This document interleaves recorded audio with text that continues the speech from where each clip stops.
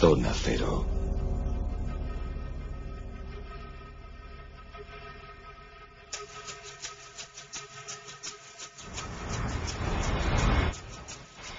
Es tiempo para nuestros monográficos Zona Cero. Vamos a disfrutar, vamos a pasarlo muy bien con un hecho histórico, con una de esas sociedades discretas que surgieron a finales del siglo XIX y que dieron mucho que hablar, como es lógico, sobre todo por la fama, por la popularidad de sus integrantes, de sus socios. Y aquí tenemos a Carlos Canales, que está hecho un primor. ¿Qué tal, Carlos? Buenas noches. Hola, buenas noches. Bueno, veo que vienes vestido de Arthur Conan Doyle, ¿eh? Sí, sobre todo por el calor que estoy pasando aquí, con el gorrillo este. Con el gorrillo, sí, pero bueno... Pero mira qué lupa, ¿eh? Sí, señor. Eso es un aumento y no lo del eclipse. ¿Qué tal, don Jesús Callejo? Buenas noches. ¿Qué tal? Muy buenas noches. Bueno, yo veo que vienes aquí de Bram Stoker, ¿eh? Sí, con ribetes dorados. Con los colmillitos y todo. Sí, y afilándolos.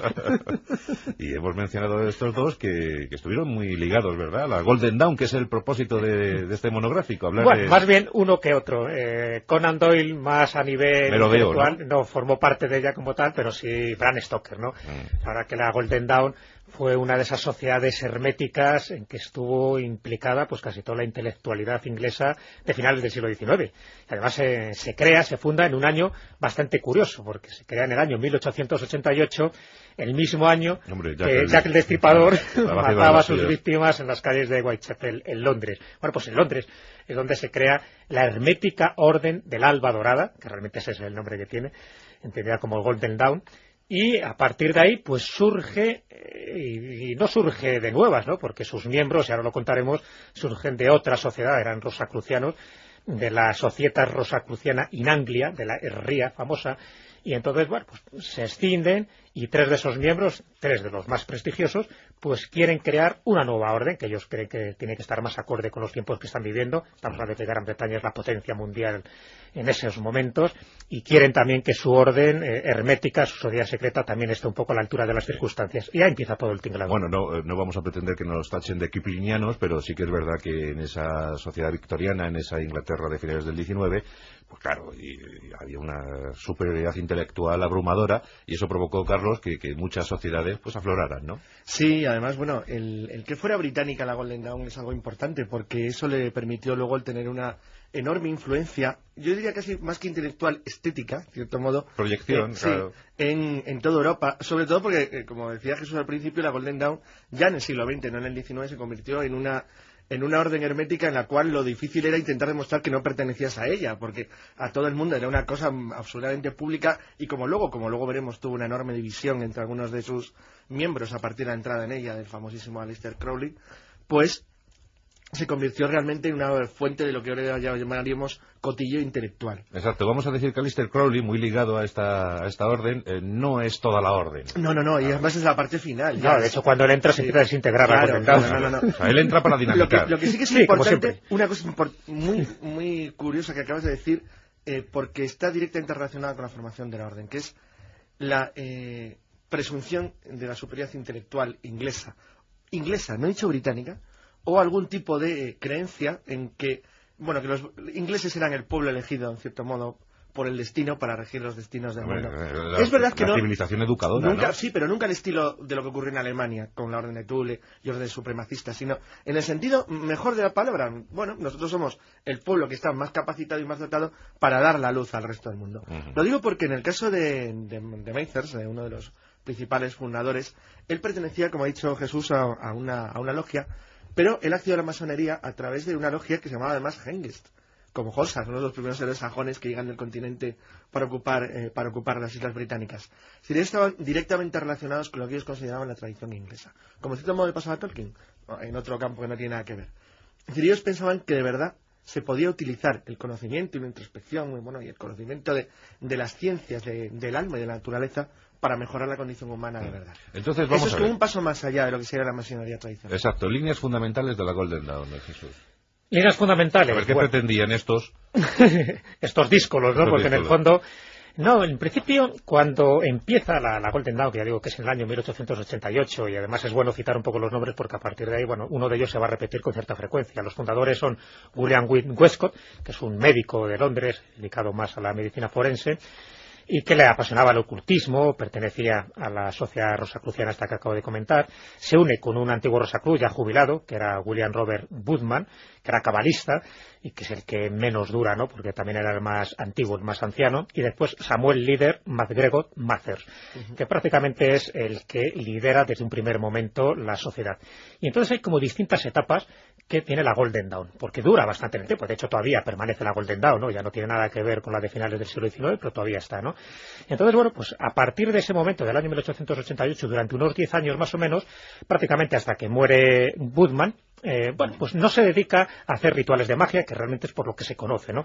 Ellos están buscando un poco el conocimiento de sí mismo, el utilizar un poco las fuerzas de la naturaleza, el hacer por determinados rituales, pero no de alta magia, sino, bueno, pues más o menos los que se hacían alrededor de una sociedad secreta, y tenía que ver todo alrededor de un descubrimiento y desciframiento de unos manuscritos sagrados, de unos manuscritos secretos, que es el Cyber Manuscript, que en realidad pues era el manuscrito cifrado de un masón inglés que tenía el proyecto de crear una sociedad que nunca llegó a crear, ¿no? Entonces, alrededor de ese escrito, de esos manuscritos, pues se fue tejiendo esta sociedad, la Golden Dawn, pero alejado de esa cantidad de esoterismo que luego se le achacó, hasta el punto que se pensó, y eso fue la siguiente etapa, que había una orden interna, es decir, una orden dentro de la orden, de la Golden Dawn, que estaba reservada solo a unos pequeños o grandes adeptos, y se crean nuevos miembros, se crean nuevos cargos, y se crea esa nueva orden interna, que luego la comentaremos, y esa sería la siguiente etapa, la que ocurriría a partir del año 1891. Pero ya digo, en un primer momento, desde luego esta orden sería el equivalente a cualquier otra orden hermética de aquel momento, incluso a la Sociedad de la Niebla, que por entonces estaba en París, donde estaba, pues, como sabemos, Alejandro Dumas y Julio Verne, y siempre alrededor de un libro secreto, en aquel caso del Sueño de Polifilo, y en el caso de la Golden Dawn, en un primer momento, del Cyber Manuscript. En todo caso, ¿era un club de excéntricos? ¿Era una sociedad creada para difundir conocimiento o para consumo interno? ¿Cómo era? En principio era para consumo interno, pero por una sencilla razón. Los tres nombres que ha citado Jesús ya se conocían, porque todos estaban, como muy bien han dicho, o bien relacionados a través de la Sociedad Rosacruciana in Anglia, la SRIA, o bien porque habían colaborado juntos en proyectos, pues relacionados con lo hermético. Pero aportando además una novedad muy interesante. Hay dos personas que no formaron parte estrictamente de lo que es el nacimiento en sí de la Golden Dawn, pero que influyeron poderosamente en lo que iba a ser una de las cuestiones ideológicas más sorprendentes de la Golden Dawn en la época, que eran la doctora Anna Kingsford y un socio suyo que se llamaba Edward Maitland, porque convencieron o influyeron mucho en Mathers para que desde el primer momento la Golden Dawn fuera una sociedad en la que las mujeres entraron siempre en un nivel de equidad, equitativa total con los hombres. Es decir, siempre fue lo que llamaríamos una sociedad feminista para la época, una época en que las mujeres ni siquiera en Inglaterra votaban. Es decir, digo cuando se creó. Sí, entonces, y es importante, por ellos pensaron siempre que la mujer tenía el mismo valor que el hombre, que tenían que estar al mismo nivel y a la misma altura, y eso por lo menos los fundadores como Mathers, que conoció a su mujer, a Mina Berson, en el Museo Británico, por cierto, lo cuidaron y lo cultivaron siempre mucho. Es decir, en esas características que tenía desde el principio, era una sociedad muy avanzada. Bueno, una de las miembros era Florence Farr, que era una directora teatral y además amiga íntima de Bernard Shaw. O sea, que realmente se dio muchísimo protagonismo a las mujeres hasta el punto de que grandes personajes de la intelectualidad... Sí, pero a nivel intelectual muy pues alto, además, que eso lo hizo muy pero no era lo habitual, había más participantes masculinos que femeninos. Eso también es verdad. Que bien habló Bernard Shaw de Sarah Bernard. Bueno, sí, la famosa anécdota. Sí. Sobre todo el asunto, Jesús, lo que nos interesa es saber hasta qué punto llegaron estas prácticas ocultas. Pues vamos a ver, llegaron hasta puntos que no se sabe bien, precisamente por eso, porque empiezan a partir de ese año 1891 a surgir rumores de que hay una orden interna, hay distintos grados de iniciación. Para entendernos, con la ascensión de MacGregor Mathers, cuando empieza a dirigir la orden de la Golden Dawn, se convierte a partir de ese momento en un centro de operaciones mágicas. Es decir, ahí ya estamos hablando de la alta magia, de las altas iniciaciones. Empiezan ya los rituales complejos, que hacía que los neófitos tuvieran que pasar por 5 grados de iniciación antes de acceder, pues, a eso, a la orden interna, al núcleo duro. Interior. Efectivamente, esos grados de iniciación. En ese momento es cuando se crea un grado, que es el de Adeptus Minor, se crea en el año 1892, y se crea una nueva fraternidad interna, que sería en latín, pero la traducción sería la rosa roja y la cruz dorada. En otras versiones se dice que es la rosa rubí y la cruz de oro, pero en el caso daría igual. Esa sería la orden interna. Ahí es donde se haría todo tipo de alta magia, incluso utilizando un lenguaje enoquiano. El lenguaje enoquiano, para que los oyentes refresquen un poco la memoria, es aquel que dijo haber recibido John Dee en aquellas sesiones de magia también a través de un espejo mágico y con Edward Kelly, aquel farsante pero que le servía de medium, y que dice haber recibido mensajes directamente de los ángeles a través de un lenguaje no humano que era el enoquiano. Bueno, pues ese mismo lenguaje enoquiano no desaparece en el siglo XVI y en el siglo XVII con John Dee, sino que permanecería para los altos iniciados en la Golden Dawn. O sea que estaríamos hablando ya de cosas que para el resto de los iniciados le estaría totalmente vedado. Y entonces empiezan a crear rumores, empiezan a incorporarse más personas, más prestigiosas, y se incorporan dos que dan un vuelco radical un poco a la filosofía y la trayectoria de la Golden Dawn. Uno de ellos es un premio Nobel de literatura, todavía no lo era en ese momento, que es William Yeats. Sería en el año 1923. Pero bueno, a principios del siglo XX se incorpora él y Aleister Crowley. Aleister Crowley se incorpora en el año 1898 y es el que empieza una nueva etapa, diferente y desintegradora de la Golden Dawn, porque llega directamente al grado que se había creado, el de Adeptus Minor, pero no con el consentimiento de todo el mundo. De hecho, el presidente en aquel momento, Mather, y Aleister Crowley empiezan a tener unas divergencias tales que se crea una guerra de magia entre ambos, es decir, se lanzan rituales, maleficios y de todo para intentar conseguir el predominio de la Golden Dawn. Claro, Aleister Crowley ya sabemos cómo se las gastaba y Mather tenía todas las de perder. Claro, Carlos, Aleister Crowley es el que distorsiona todo, ¿no? Completamente, porque él ya en 1903, fíjate, solamente 5 años después de haber entrado en la orden, se había convertido prácticamente en el que la dirigía. De hecho, es el año en el que se separa de Mather. Es gracioso porque si alguien se creía los conjuros se lo ganó Crowley, porque además se lo pasó fatal. Pasó una hambruna el pobre en París que, bueno, comió las raspas, le dejó hecho polvo. Y la verdad es que, bueno, Mather a partir de entonces llevó una vida separada en Francia, incluso tiene una muerte oscura y extraña, no se sabe muy bien lo que ocurrió. Él se sabe que muere en el año 1918, justo después del fin de la Primera Guerra Mundial. Su mujer alegó siempre que ella tenía un certificado de función, pero ni siquiera la muerte de Mather quedó demasiado clara. Quedó abandonado y realmente bastante olvidado por lo que habían sido sus compañeros de la orden, en tanto que Crowley en los años 20 tuvo su época gloriosa, porque es cuando ya en los inicios de los medios de comunicación de masas y luego de la radio le dieron una fama enorme, se convirtió en un personaje, bueno, que además él jugaba con una especie de visión de sí mismo un tanto extraña, lo del ser más abominable del mundo y esas cosas, que él utilizó en su propio beneficio y en el de su propia orden, que ya se había convertido en algo muy diferente a lo que fue cuando se había creado en el último tercio siglo. Aleister Crowley decía que era el peor ser que poblaba la Tierra, ¿no? Sí, el hombre más perverso del mundo, también alguno le llegó a definir, sí. Del mundo. A este hombre le gustaban mucho las orgías, los eventos sexuales. Sí, exactamente, sí. Tú lo has dicho, orgías.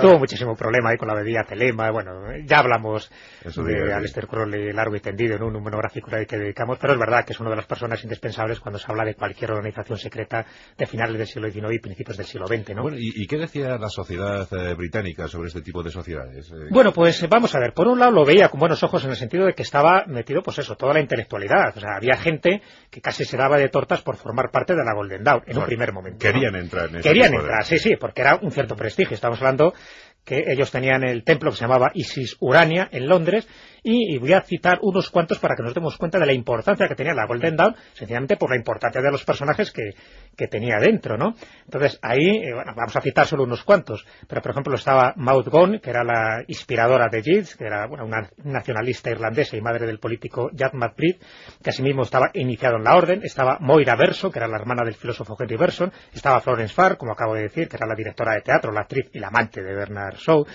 Estaba Edita Montes, la condesa de Nashville, que era la hija bastarda de Lola Montes y de Luis I de Baviera. Estaba Gerard Kelly, que era presidente de la Royal Academy. Estaba William Peck, un astrónomo, y después grandes escritores, ¿no? Sir Romer, Algernon Blackwood, como no, Bram Stoker. Es decir, son unos cuantos nombres para que nos demos cuenta de que no estaba cualquiera y que no entraba cualquiera. Estaban esos grados de iniciación, no todos, por supuesto, llegaron al máximo grado de iniciación, pero era casi como un club científico y literario, que solo llegaban al último grado, pues aquellos que realmente demostraban sus conocimientos en esoterismo, que hacían sus rituales mágicos, y cuando entra Aleister Crowley, fue un poco el acabose porque se crean distintas disensiones. Por un lado hay gente que sí le apetecía que estuviera y por otro lado no. Y el colmo es que si ya en ese momento se hablaba de que había dos órdenes, es decir, una orden dentro de otra, una orden interna, a partir de ese momento se habla de una tercera orden interna formada por los auténticos guardianes del secreto a los que nadie conocía. Y se creyó que había una auténtica sinarquía dentro. Y eso es lo que no gustó a mucha gente, porque es como si pensaran que les estaban ocultando datos. Y a partir de ese momento, a nivel exterior, a nivel sociológico, la Golden Dawn ya no empezó a ser tan bien vista como era siempre. Es que la Golden Dawn está detrás de las primeras apariciones de lo que es la teoría, me refiero, generalmente aceptada de la conspiración, porque ellos hicieron un enorme, además, trabajaron muy bien tener en cuenta que muchos eran muy conocidos en la alta sociedad inglesa, eran gente famosa, conocidos, escritores, artistas, y por tanto, bueno, gente, la mayor parte de ellos con un ego bastante alto, por cierto, que utilizaron en su beneficio, por lo menos personal, de cara a proyectar de sí mismos una imagen misteriosa, extraña. Y bueno, pues cuando se empezó a hablar, eso fue ya básicamente en los años 20-30, de la posibilidad de que ellos dirigieran las tendencias filosóficas o artísticas e incluso políticas de la época, pues muchos lo potenciaron porque, bueno, quedaba bien.